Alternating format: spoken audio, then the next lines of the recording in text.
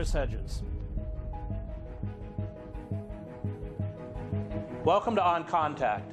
Today we discuss the coming collapse of the American economic system with economist Richard Wolff. We've given a free pass to a capitalist system because we've been afraid to debate it. And when you give a free pass to any institution, you create the conditions for it to rot right behind the facade, and that's what I think is happening. The income inequality in the United States has not been this pronounced in over a century. The top 10% has 50% of the country's income, and the top 1% has 20% of the income. While a quarter of all American workers struggle on wages of less than $10 an hour, putting them below the poverty line, the salaries of the CEOs of top corporations are often in the billions of dollars. This income inequality is global. The richest 1% of the world's population controls 40% of the world's wealth. What does inequality this pronounced mean? And what are its consequences? How did it happen?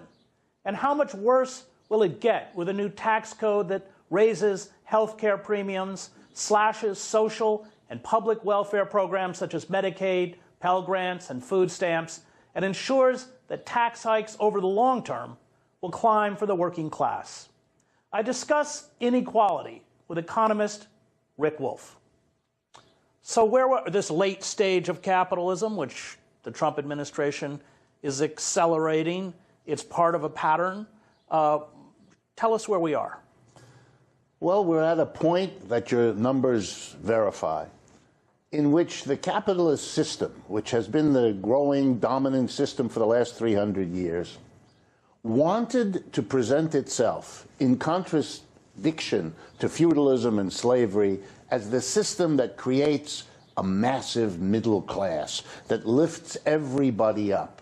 And what we have, now that it has become the global system, is the exact opposite.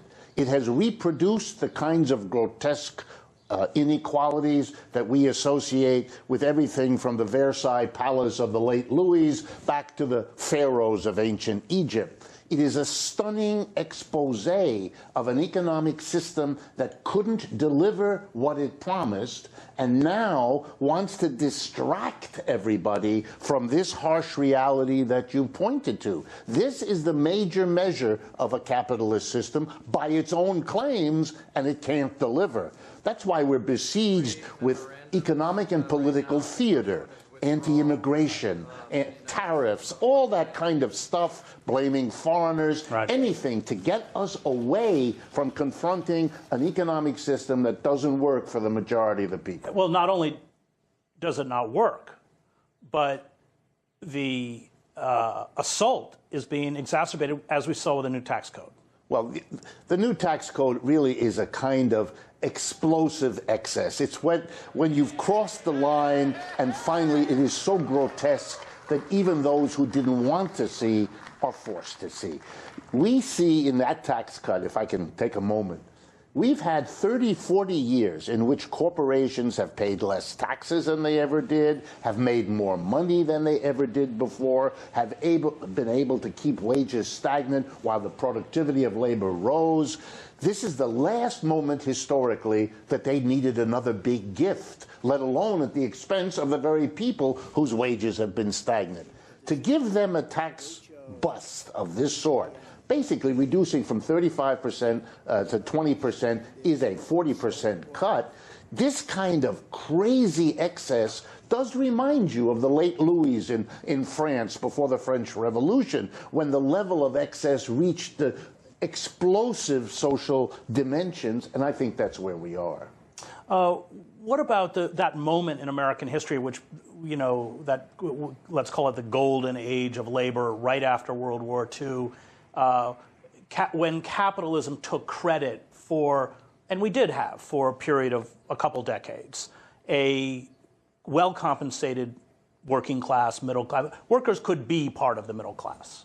Well, you know, the irony, which people don't want to remember, is yes, that's true. But the irony is, why did it happen? And it happened because the last time capitalism crashed in 1929, and that was the only one worse than what we are living through now since 2008, At that moment in history, we had a different American response. The mass of working people joined unions. Right. These are people whose parents hadn't been in a union. They had never been in a union. They saw the union as a way to get through this depression with less damage than you otherwise would have had to undergo. And they joined socialist and communist parties. And those parties worked together with the labor union, the CIO. And you had a mass, and I don't use this word lightly, a mass uprising of victims of capitalism shaking their finger at the system and basically giving Mr. Roosevelt and the political elite an ultimatum. Well, he heard it. In his private correspondence, he talks about revolution. Absolutely, because they told him, either you help us through this depression or there will be a revolution. The CIO tended to want the help. The socialists and communists tilted the other way, and it was a good cop, bad cop kind of routine that was done, and he got the message. And that's why he created Social Security, unemployment compensation, the first minimum wage, and public employment. 12 million people put to work on the government payroll. And when you do all that, you create,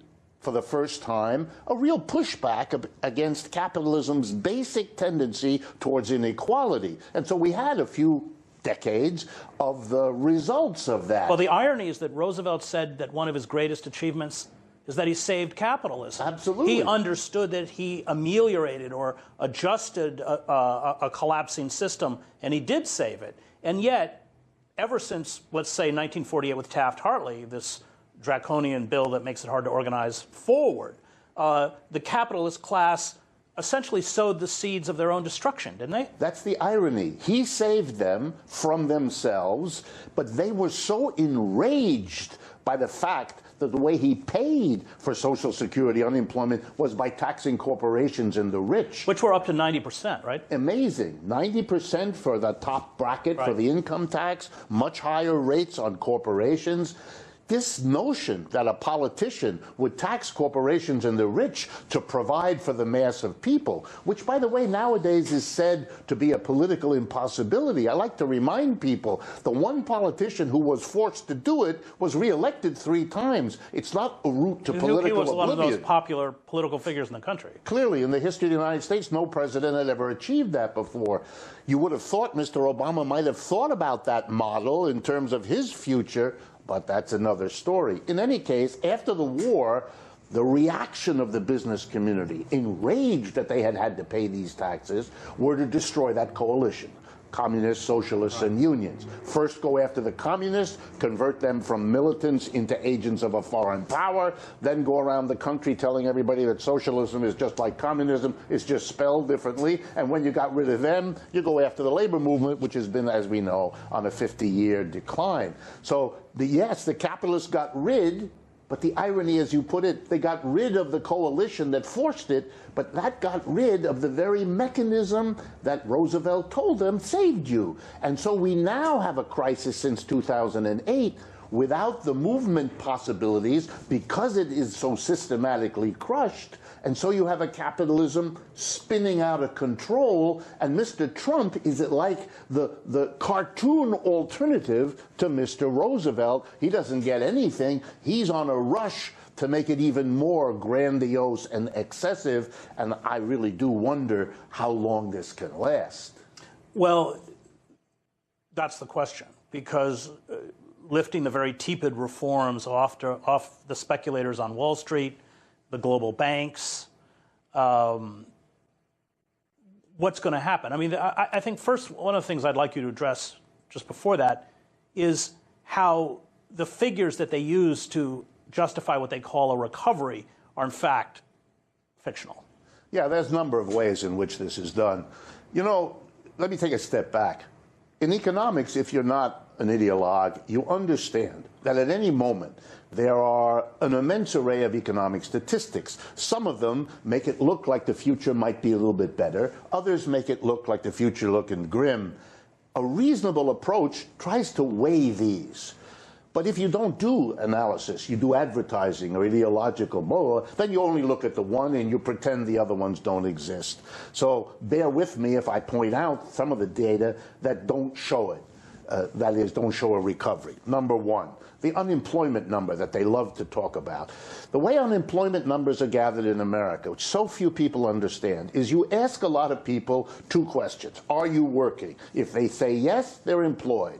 If they say no, you ask them a second question. Are you looking for work or are you not? If you say I am looking for work, you're counted as unemployed. If you say I'm not looking, you are counted as out of the labor force. You are not counted as unemployed. So you don't need to be a statistical genius to understand that if over the last 10 years, a significant number of people gave up looking because it's too disgusting, because the jobs they were offered were so inferior to what they had before, that the jobs they offered were so insecure as to make their family life impossible, so they either went back to school or went into the illegal economy or began to live off their friends, relatives, and neighbors, then you think unemployment rate went down as if this were an improvement. But the actuality is it's a deterioration, and we know that because what it does is it leaves a smaller number of people in the labor force to support the entire population, and that's fundamentally a bad thing. But it also does things, if you work 28 hours a week at Walmart, which is the average hourly work week at Walmart, you're still below the poverty line. And the Walton family, which is making $11,000 an hour, will quite generously give you forms for food stamps because you qualify, so we get to subsidize there.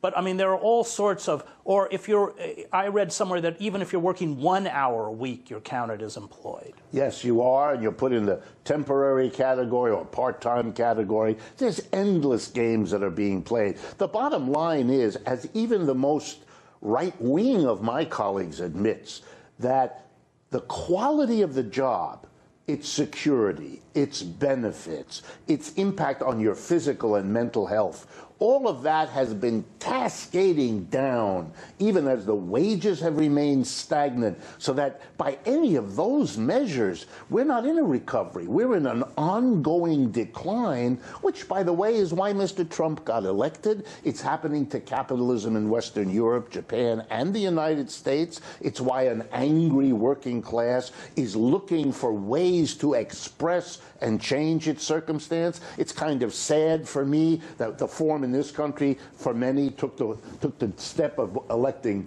Trump. It's sad for me that in Britain the same working class decided to get rid of its relationship to Europe, imagining that, yes, this was giving your finger to the elite, but it wasn't solving your problem. Right. That's the issue. To get the people who are upset to begin to understand that the target is what the folks who were upset in the 1930s understood was the target, the people at the top, the unfair tax structure, the whole way the economy was organized. That's our problem. Well, the problem is that, in essence, we've lost control over our economy. And you saw it with, Stuart Hall writes about this, with Thatcher and Reagan began this shift with the deconstruction of kind of the welfare state under labor or the New Deal. The political rhetoric said, well, this is an assault on your national identity, which really began a few decades ago and epitomizes essentially Trump's response to the economic and political crisis. Well, you know, when you have a welfare system, put aside the details, you are in a way suggesting that the community as a whole, that the society as a whole, has a responsibility to itself, and that if the private sector can't or won't manage that, well, then the public sector steps in. It's really what Roosevelt said when he went on the radio and he said, if there's millions of Americans who ask for nothing other than a job and the private sector can't provide it, then it's up to me who else is going to do it. We have this implicit in our welfare system. If you cut back welfare, you're basically throwing people back into an ultimate and total dependence on the private sector, which is showing you by the $15 an hour or less group, the Walmarts, the retail joints, what is happening to people that are thrown on a private capitalist sector that cannot or will not function in anything like a socially acceptable way. Great. When we come back, we'll continue our conversation with Rick Wolff on economic inequality.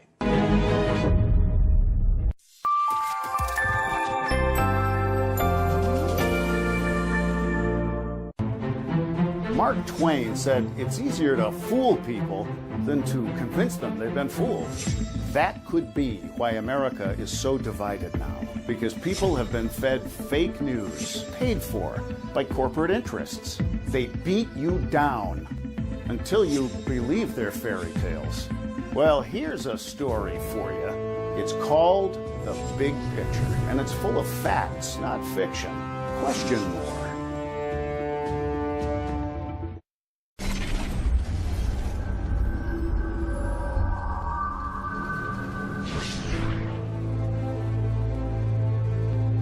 The mission of News with Ed is to go to the people, tell their side of the story. Our stories are well-sourced. We don't hide anything from the public, and I don't think the mainstream media in this country can say that. I think the average viewer knows that RT America has a different perspective, so that we're not hearing one echo chamber that mainstream media is constantly spewing. We're not beholden to any corporate sponsor. No one tells us what to cover, how long to cover it, or how to say it. That's the beauty of RT America. We give both sides, we hear from both sides, and we question more. That's journalism. Not letting anything get in your way and bringing it home to the American people.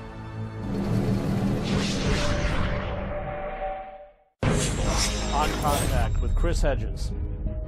Welcome back to On Contact. We continue our conversation with economist Rick Wolff.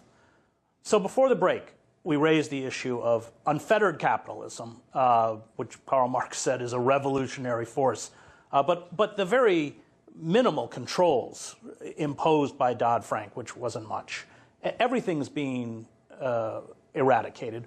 What will that do to the economy? Well, it produces the very thing that folks used to want to celebrate capitalism for.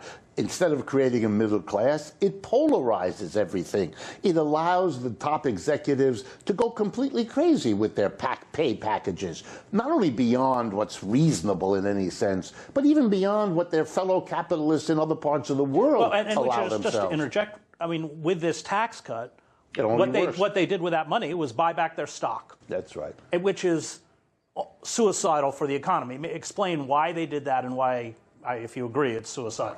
Absolutely. This is a game in which there is a collapse of the mass ability of people to buy things. So a company that saves all this money through a tax cut from Mr. Trump is not, of course, going to spend its money hiring people, buying machines, and producing more. They're having trouble selling what they already produce, and they're impoverishing the very people they would have to sell to. So what do they do with the money instead? Well, they take it and play for themselves. They run the society, they serve themselves. They do it by giving themselves higher pay packages, but they do it by buying back their own stock, which they're legally allowed to do. Which raises the price of the stock. Builds the price of the stock up. And their compensation goes up. And their compensation, which is connected to how well the price of the stock does, is thereby helped by their own usage.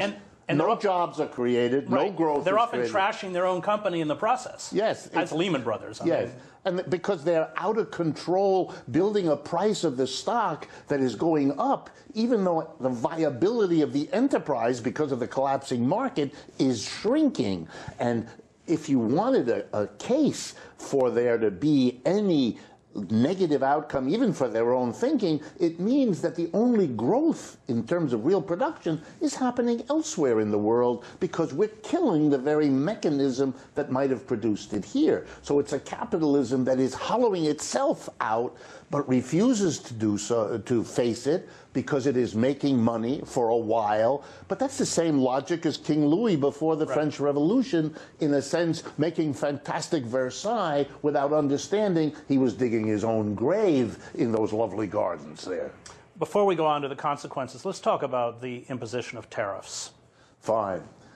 Tariffs is a way, for me, in this country at this time, of political theater. It is Mr. Trump's government wanting to get attention away from an economic system that isn't working for people, for his role as a booster for that very system. So instead, he wants to focus us on foreigners. It's a classic ploy of crooked politicians stuck with a problem of their own making, blaming somebody else. So we take the poor 10 or 11 million immigrants in this country with questionable legal status, and we demonize them, we scapegoat them. They couldn't possibly account for the difficulties of this economy, and throwing them out will not fundamentally change the dynamic of this economy. It's childishly easy to show that, but it's good theater. I am smiting the foreigner. In that frame, see the tariff. It's another way to smite the foreigner. The tariff is a punishment of others. These days, the bugaboo that we want to get angry at is China. Good, that's another foreigner, and they are the bad ones, and they are doing this. I'd like to remind people of two things about these tariffs, or three. One, historically, they don't work very well. It's very easy to evade. For example, we put a tariff on, say, steel from China. Okay, they will have to pay. So what do the Chinese do? They cut a deal with the Canadians, or the Mexicans, or the Koreans, or the Europeans, sell it to them, who resell it here. It's on the same ship coming here. It just has a different flag at the back. This is childish.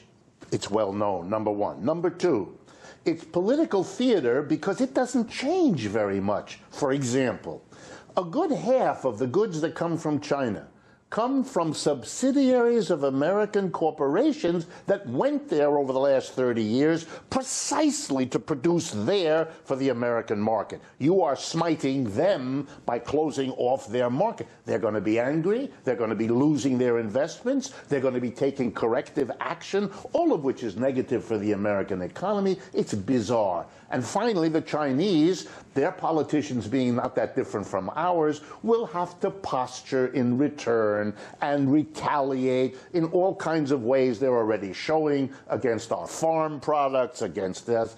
It is a chaos. And the joke is, the United States, when we were a young country, was accused by the Europeans, by the British, by the other Europeans, of stealing their technology, stealing their intellectual property. Folks, never before has it been easier to communicate intellectual property than it is today. That the Chinese are doing their share as an up-and-coming economy is not new, is not frightening, is part of how capitalism has always worked. And suddenly to get people outraged as if something special is going on, that's just dishonest. What will it do to the economy? And then let's talk about this unregulated, unfettered capitalism. But let's begin with the consequences of the tariffs. It creates for Mr. Trump something useful. All kinds of industries are now going to adjust to these tariffs, and they're going to hopefully support Mr. Trump because they don't want the undoing of the tariff they just spent money adjusting to. So for Mr. Trump, it's like those other tariffs. It's like everything he does. It's trying to get a political base big enough to survive, which seems to be all he mostly cares about, which makes sense, having been a president who basically lost the popular vote anyway. So number one, it has that consequence. Number two, it means that every business has to adjust, and that's costly, and it doesn't get you any more output. So it's a big burden. If you add to that the uncertainty, let me give you an example. A few weeks ago, he put tariffs on steel and aluminum. In the subsequent weeks, he undid most of that by giving exemption. Nobody knows which way it's going, and it's an old saw on Wall Street. Uncertainty is worse than everything else, and it has real costs. Those are all happening. Finally, if everybody tries to save themselves protection, we have a historical example. After the Great Depression, that happened in Europe, and most people believe it was a large part of what led to World War II after World War I, rather than a much saner collective effort. But capitalism doesn't go for collective efforts. It tends to destroy itself by its own mechanisms, as you quoted Marx, and I think this tariff is just another step in that historical rerun. And let's talk about where we're headed if this trajectory continues. We have two options. We either let this stuff go, let Mr. Trump do his thing, look the other way, allow him the notion that he's the president and therefore deserves some sort of deference, which I see, unfortunately, in the Democratic Party, in much of mainstream media, and so on. Or we learn the lesson of the Great Depression. There has to be a movement from below. Otherwise, there's no counterforce that can take us in another direction. So if you ask me, absent that counterforce, and I hope it won't be absent, but if it is absent, then I think you're right. We're going to see this system spinning out of control and destroying itself in the very way its critics have for so long foreseen it well might. Which will mean what? The dollar's no longer the reserve currency, huge contraction That's right. of the economy. Deals made by our trading partners that they can't work with us. Either they can't work with anyone or they can work among themselves. The Russians and the Chinese will have much to talk about. The Europeans, with both of them, will have much to talk about. Asia, Africa, Latin America will have to wonder what kind of future they have with an operator like this system. This, in essence, disintegration. A multipolar world, which means instead of this kind of gradual decline, would really mean a pretty catastrophic economic meltdown for the United States. Right. What we saw some time ago when Trump announced his big tariffs on China, we saw the stock market drop 700 points in a day. That's a sign of the anxiety, the danger, even in the minds of capitalists about where this is going. Just as we saw Warren Buffett and others say years earlier, you can't keep taxing this way when I pay less than my secretary because it is an unsustainable thing. You know, if we hadn't been a country with 2 or 3 decades of a middle class, working class paid really well, maybe you could have gotten away with this. Right. But in a society that has celebrated its capacity to do what it now fails to do, you have an explosive situation. And we don't talk about it. It's either you couldn't. It's too dangerous. Porn stars or demonizing Russia, or but the nature of the crisis is never named and never addressed. No, everything is done, from my perspective, to avoid asking the question, to what degree is the system we have in place, capitalism as its name, is that the problem? No, it's the Russians, it's the immigrants, it's the tariffs, it's anything else, even the porn star, to distract us from the debate we need to have had that we haven't had for half a century, which puts us in a very bad place. We've given a free pass to a capitalist system because we've been afraid to debate it. And when you give a free pass to any institution, you create the conditions for it to rot right behind the facade, and that's what I think is happening. And how do you look at the Trump presidency in the last minute that we have? It's the last gasp. For me, it's the last gasp. It's letting it all hang out. A system that's going to do whatever it can, take advantage of this moment, grab it all before it disappears. And I'm reminded again of the Louis. I don't know why they're in my head today. In France, it was said, "Après moi le déluge." Right. After me, the catastrophe, the storm will break. When I look at Trump, that's what I see. Well, he's kind of a Louis the 16th. Yes, with his golden apartment, he literally is. Well, he copies it. Yes. Great. Thank you, Rick, very much. Thank you, Chris. That was economist Rick Wolff.